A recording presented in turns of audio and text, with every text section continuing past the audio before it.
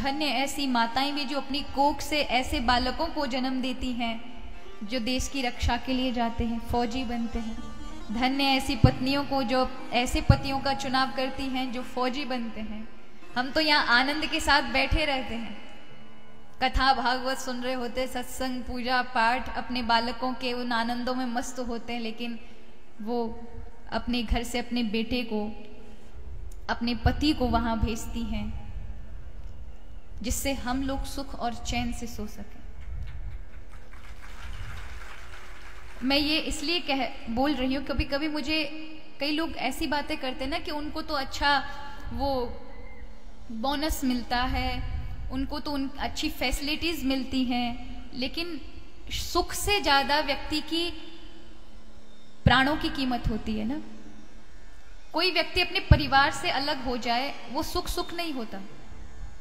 सुख वो है कि भले उसे छोटा और थोड़ा मिले, लेकिन परिवार के बीच में वो अपने माता पिता, अपनी पत्नी, उन सब के बीच में अपने बच्चों को खिला सके। लेकिन आप बताइए, उन्हें पूरा साल, 4 साल हो जाती हैं, 1 साल हो जाती हैं, कभी कभी त्योहारों पे भी नहीं आ पाते,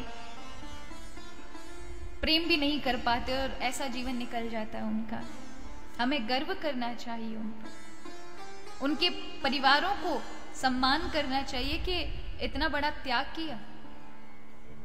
बेचारों को तो पता भी नहीं, ये उम्मीद भी होती है कि हे भगवान हमारा बेटे को कुशल हो। कई जगह ऐसे होते हैं जहाँ फोन सिस्टम नहीं होते, कॉल नहीं लग पाती घर वालों को, बड़ी पाबंदियां होती हैं, ऐसी जगह होती हैं। और आर्मी की तो रूल रेगुलेशन ही बहुत होते हैं कि यहाँ नहीं जाना, ऐसे लोगों से, अपरिचित लोगों से नहीं मिलना, यहाँ एसटीडी कॉल नहीं कर सकते तुम, कहीं हमारी कोई बात तो नहीं। तो उन पर बड़ी विशेष नजर रखी जाती है जो ज्यादा ऐसी जगह पर कार्य कर रहे होते हैं या तैनात होते हैं। तो एक बड़ा सुंदर सा वो था कि एक आर्मी वाला, एक फौजी भाई प्रतिदिन बैंक के एटीएम में जाता था और 100 रुपए निकालता था प्रतिदिन और चला जाता था। प्रतिदिन का काम था 100 रुपए डालना और 100 रुपए निकालना। एक दिन निकालता था 100 रुपए और दूसरे दिन उसी 100 रुपए को डाल देता था। एक दिन निकालता था 100 रुपए और उसी 100 रुपए को दूसरे दिन डाल देना। ये उसका डेली का कार्य था। जो एटीएम का गार्ड था वो भी देख के परेशान, ये क्या करता है, 100 रुपए निकालता है, अगले दिन 100 रुपए डाल देता है। आसपास के लोग भी ये देखते थे कि भैया हर दिन आता है, 100 रुपए निकालता है और अगले दिन 100 रुपए डाल देता है।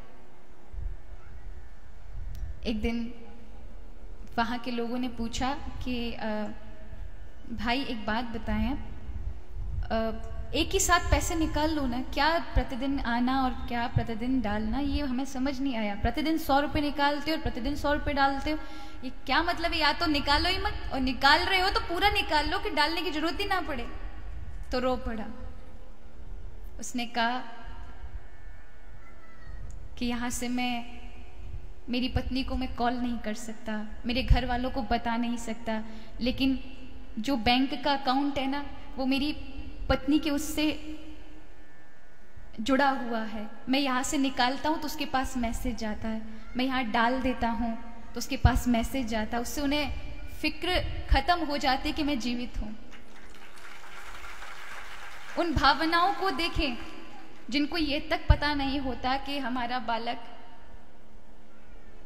ठीक है कि नहीं है। हम उनके भीतर की उस सुख को नहीं, उस दुख को नहीं पहचानते। हमें बस उनका जो बाहर की थोड़ी बहुत सुख सुविधाएं उनको मिल रही होती है, उन पर बड़ा, कई लोग ऐसी टीका टिप्पणियां करते हैं कि आप आर्मी वालों को इतना वो करते हैं। अरे गर्व करना चाहिए, अवश्य करना चाहिए, मैं तो फक्र और उनके परिवार पर होना चाहिए। लेकिन कई बार लोगों को मैंने सुना ऐसा बोलते हुए कि क्या हुआ, अरे उनको इतनी फैसिलिटीज, क्या आपको दे दी जाए और आपको तैनात कर दिया जाए, जाओ वहां, तो एक अपने बच्चों को नहीं भेजेगा। कौन किसी अपने बालक को अपने से अलग करना चाहता है? सुख तो वाकई अपने परिवार के साथ रहने में, लेकिन उनके त्याग को बारंबार प्रणाम। इस व्यासपीठ से भी मेरा उनको हृदय से प्रणाम।